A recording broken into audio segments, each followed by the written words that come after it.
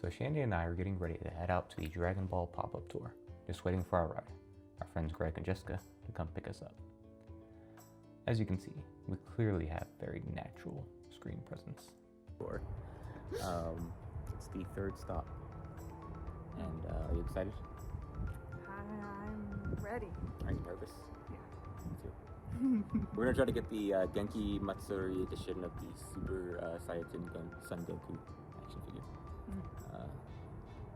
What do you think our chances are, based on what little research you've seen? I believe in you. The drive from Fort Worth to Austin is roughly 2.5 hours, and about halfway there, we stopped at Chewy's because we were absolutely starving. After that, we finished the drive and got into Austin pretty late Friday night, so we decided not to wait in line that evening. Instead, we stayed over at Greg's parents'. The next morning, Saturday, we got to the mall around 9:30 a.m. before it officially opened. The lines for the event were still wrapped around outside the building, and they hadn't been let inside yet. So we were able to go inside early since we weren't in line, and walked around the mall for a bit, and managed to grab some footage before the crowd rushed in.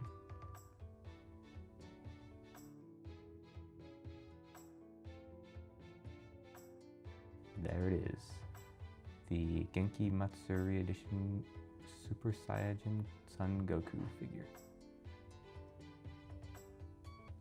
We also had a trading card section set up, though unfortunately we didn't get a chance to actually play.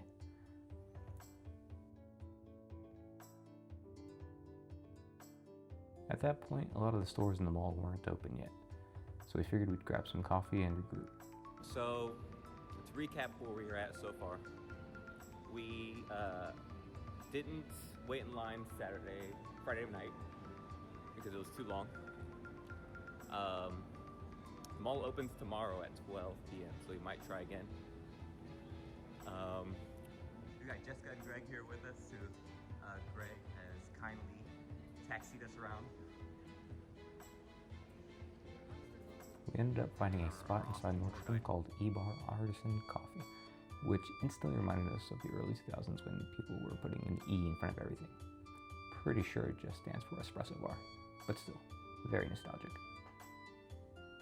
While we were sitting there, Jessica was telling us about how she cuts her own hair, which somehow turned into all of us comparing our various haircutting routines. Rubber band, you tie the rubber band right here, and then you grab some really sharp scissors, and then you just cut wherever you want.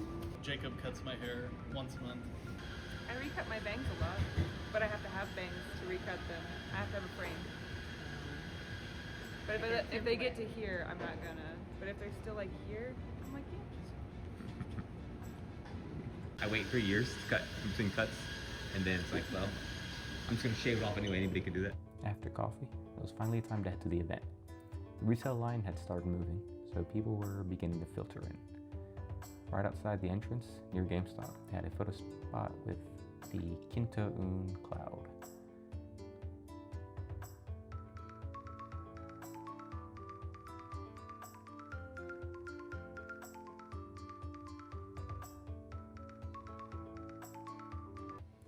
TVs around the area were playing classic Dragon Ball Z and Dragon Ball Super footage, highlighting the new Dragon Ball Super Beerus film.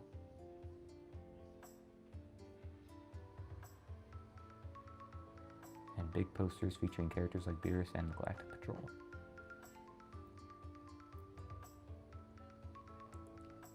Inside the pop-up, action figures lined the entire wall.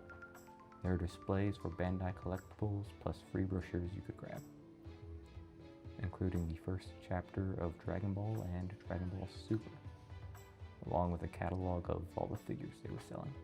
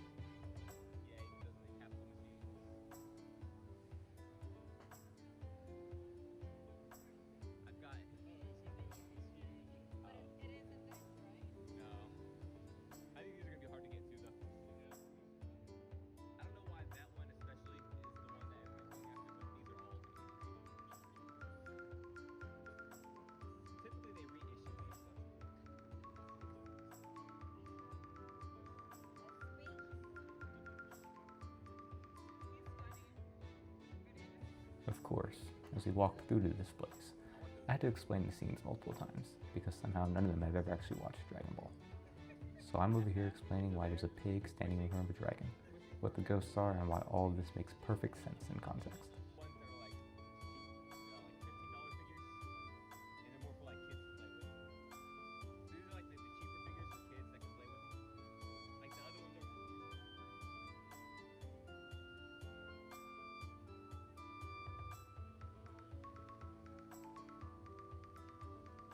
We also have the line of action figures aimed more at younger fans rather than collectors, which we actually got to handle a little bit.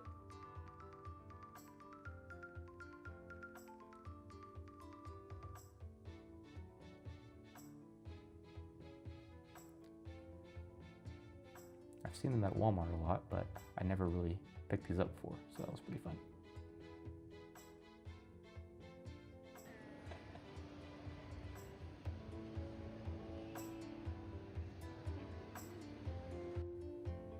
Then there was the life-size Goku statue, which honestly looks like a giant version of a figure arts figure, complete with joints and all. Naturally, I had to stand next to it and compare my own Kamehameha pose with his.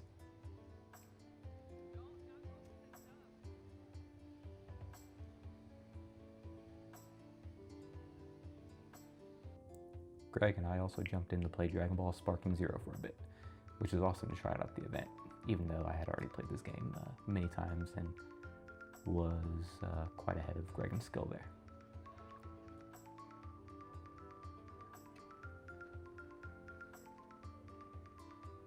And of course, no trip like this is complete without a little gashapon action. After several attempts, Greg and Jessica both managed to pull Frieza figures.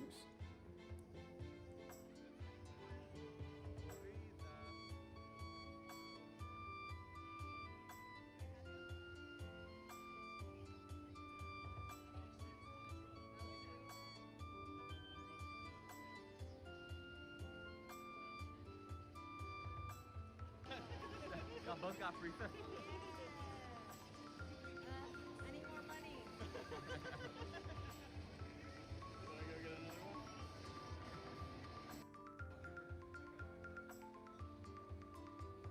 Luckily, Shandy actually got the one she wanted.